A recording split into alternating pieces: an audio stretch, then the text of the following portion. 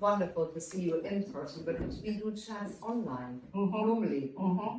And I think we got something like 50,000 views, so I think we're doing good. Are you kidding? And so this feels I feel like we're viral and intimate and lovely to have everyone here tonight and get more of your insight and your experiences. And there's so much of it. And every conversation I have with you, I think, oh my God, I've learned so much again. So that's lovely. And so I think it's great to have the opportunity to have you in London. Oh, I'm just so thrilled to be Nikki, here. I want you to talk about yourself a little bit. Okay. Because you are a racial equity strategist, consultant, author, speaker, co-founder of Harper Slade, a consultancy. You work with companies to become more diverse. Tell us a bit more about your work. I think it spans 3 decades or more. Probably.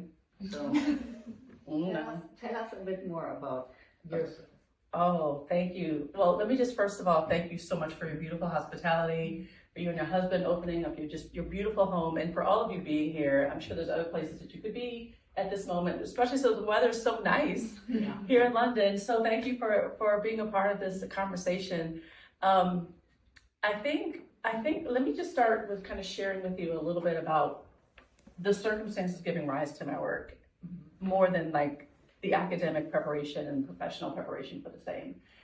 So I am the only child born to 2 parents who were very steeped in the civil rights movement. And my father probably more violently so. He was a member of an organization called SNCC, Student Nonviolent Coordinating Committee, in the 60s. And my father went to an HBCU, so in the States, historically Black college. And as a part of his incubating there, he had the opportunity to really understand the importance and the rigor that's associated with wrangling rights from his home country, and how that has been kind of the persistent thread to define Black life, at least in the United States. It's just this kind of fits and starts of you have rights, no you don't, you have rights, no you don't, you have rights, no you don't. And so as a part of that anchoring, as part of that foundation, my father would talk to me as a young child about all of the experiences that he had just trying to get through college and trying to be true to his assignment with SNCC, which is registering Black people to vote, a right ostensibly we already had. And for that, my father was jailed and spat upon and beaten and hosed by fire hoses, all of the things that you read about and see. But it's a very personal story for me, because that's the response that I would get when I would ask questions like, so tell me about how you grew up, tell me about how college was. And it was always just steeped in all of these atrocities and all the horror of trying to establish humanity, trying to assert humanity in a country that was hell-bent on negating it. My mother had a similar story, less violent. She was more involved on the NAACP side, more on the office side, but still exposure to that nonetheless. So that's who I am in utero. So that is kind of what informed how I see the world, is just this desire to insist that I feel the warmth of the American Constitution, because it is mine, even though it's elusive. And so that is the work that I am honestly happy to be steeped in, and happy to focus my entire life around. And then you layer on top of that, I went to law school and did employment law, and then I did HR for a ton of years, and then I worked for the Federal Reserve, and now I have my own consultancy. Yeah. Which is amazing, Nikki. And I just think every single conversation we have, it's your background, it's your job, but it's your purpose and your passion. You put everything into it.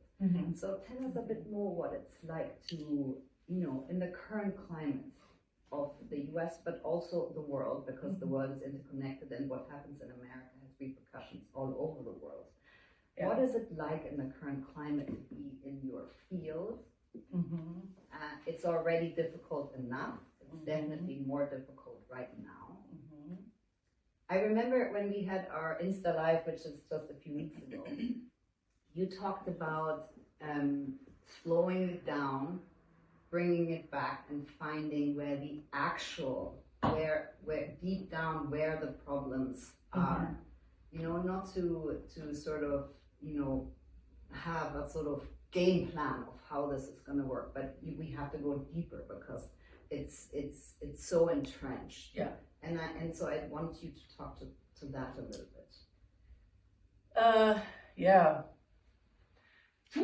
So I guess just one caveat. I have a point of view on the DEI of it, like the DEI practicing body, but my purpose, I think, is really rooted more in that E, and specifically race-based, bless you, race-based, and to a certain extent, gender-based ills.